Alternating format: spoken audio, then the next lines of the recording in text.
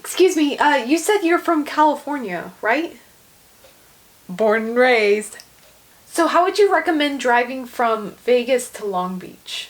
Oh, Vegas to Long Beach, you know what, you're probably gonna take the 15 for a while, then go on to the 210, then the 605 I would recommend going on, and then from there you can exit going off of the 22, or you could also take the 605 to the 405 and then get off somewhere in Long Beach from there, or you could go from the 605 to the 405 to the 710. It just kind of depends on where in Long Beach you're going. Sorry, you're saying a bunch of numbers and I just don't understand. Oh, you know what? Now that I think of it, you're probably going to want to see some sights. So instead of going to the 605, you could always go to the 57, which is before the 605. And then from there, you can always see Angel Stadium and the Honda Center, which is always fun. And from the 57, you just take the 22 over. You still just said a bunch of numbers. I would like some directions on how to get from Vegas to Long Beach. You know, you don't even have to take the 210. You could always take the 10 or the 60 instead.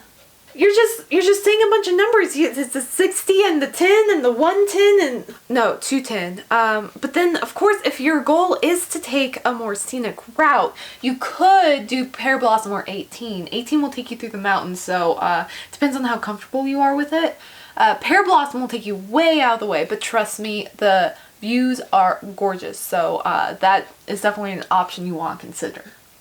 You know what? Thank you. You've been a lot of help, but I'm gonna Google it and I'm gonna just do whatever the Google says. Oh. Hey guys, and thanks for sticking around. Now since you did, you get a little know-how from someone who drives the streets of California very often. Just so you know, any of the numbers that are even are going east to west. So like I mentioned, 210 and 10 and 60, all those go east to west, and those go throughout the states. Now, any of the numbers that are odd, like the 15 or the 605, they go from north to south. So in case you're ever lost and your phone dies and you don't want to stop and ask for directions, just keep that in mind. Another thing you may not be aware of, which I'm assuming some people aren't aware of because I see it all the time when I'm driving and I'm just like, ah! So the lines that separate the lanes, they're usually, you know, they're pretty long. They're a couple of feet at least. When they start getting shorter and you're in the right lane, that means that the lane's gonna end. And you probably want to get over if you don't want to exit. You'll see this a lot, even if it's not an exit, it might be that you're getting onto a different freeway, and that lane means that you have to go on that freeway, or you have to take that exit. So keep that in mind. Sometimes I'm driving, and then I see someone like dart across the freeway, because they're like, oh man, I don't want to exit, I want to get on this freeway.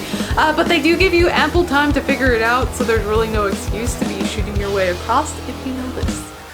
Thanks for watching. Stick around. I'm going to be posting some more videos, and like and subscribe. Thanks, you're great. Take care. Have an awesome day.